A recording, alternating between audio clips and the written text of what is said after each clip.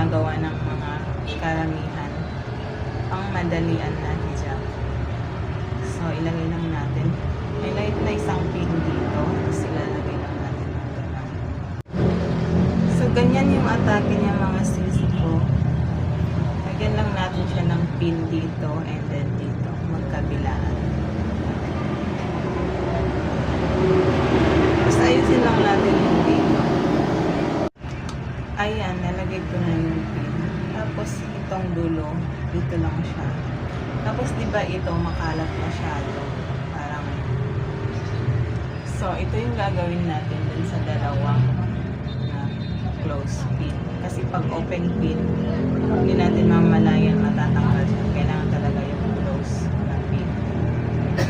So ganitong pin nga pa namin tinutukoy ko. Ayan. Ganyan siya. Silalagay siya natin.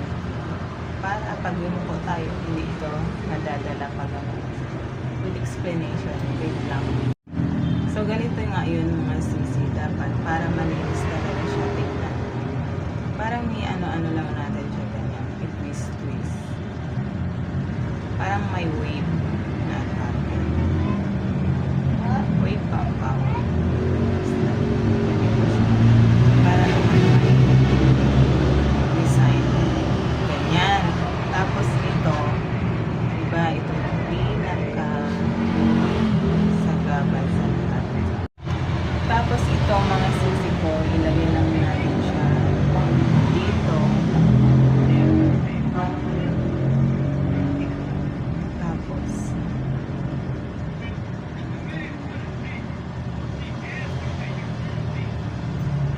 tutupin lang natin siya pag ganun. Tapos, ganunin natin siya. Tapos ganyan yung itsura niya. And ilalagay natin yung pin dito at saka dito.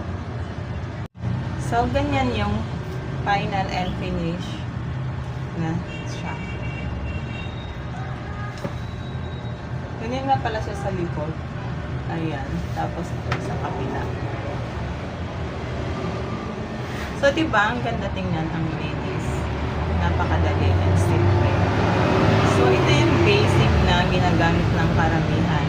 Hindi yung maraming chebureche or design. Ganito lang. Napakalinis, napakaganda.